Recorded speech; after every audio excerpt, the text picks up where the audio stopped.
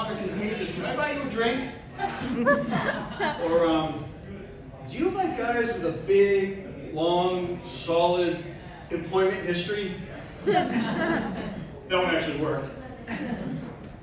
I also have this really bad habit of using common English expressions either inappropriately or out of context.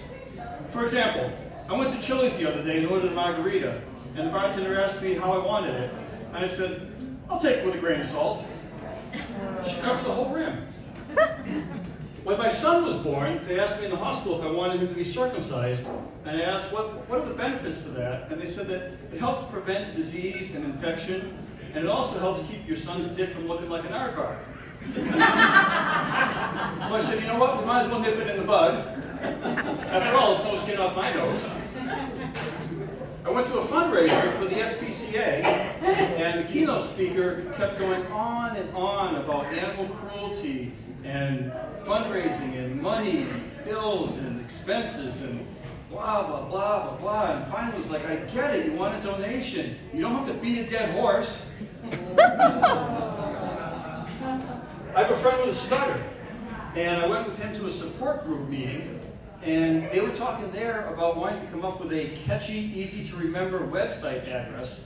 And seeing as how I have a degree in IT and marketing, I suggested you can say that again.com.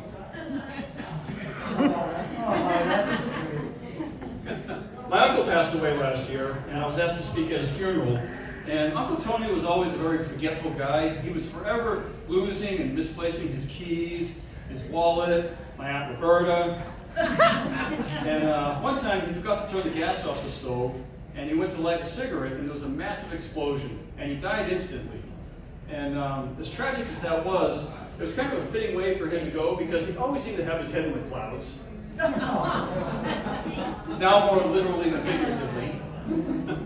But there was actually a miracle that came out of that accident too. 2 weeks later, we found out that his cat survived. Somehow or other, the cat lived off of water from putting out the fire, and whatever bits of scraps and morsels he could find to eat for the last 2 weeks. And I remember holding and patting little Boomer. His name is Boomer.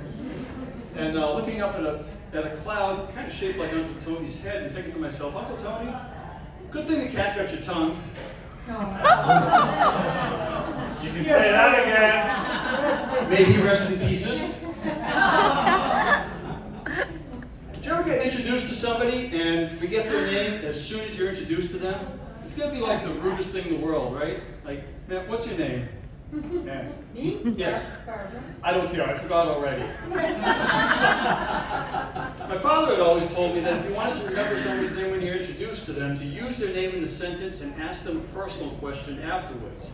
And that'll help make it stick. So for example, Matt, what's your name, ma'am? What's your name? Nancy. Nancy? Hi Nancy, it's nice to meet you. My name is Rick. Nancy, let me ask you a question. Do you like aardvarks? You can say that again. You know what else you can do? When you meet somebody, you can try using the name game song. You guys remember that from the 60s? Yeah. Right? So like, man right there with the cell phone, what's your name? Rhonda. Rhonda? No, that's a different song. I'm not doing that one. Sir with a hat, what's your name? Barbara. Sir with a hat, what's your name? Wayne. Wayne. Remember? Wayne, Bobane, Bobana, Banner, Profane, P5, for when? What was your name again? Aardvark. So I went to a party one time, and a friend of mine introduced me to a buddy of his who was a truck driver for Hood.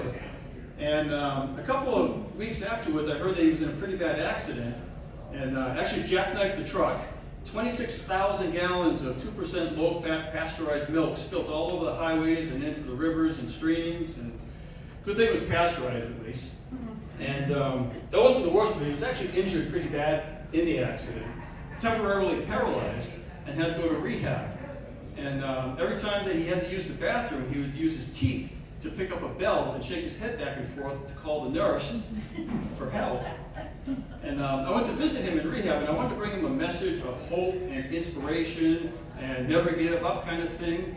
And the ironic thing wasn't that when I went to see him, the only thing I could think of saying to him was, there's no use crying over spilt milk.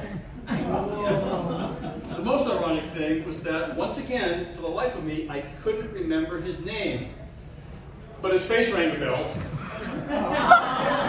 And that's all I got, folks. Thanks for sticking it out. Thanks again. Have a great night.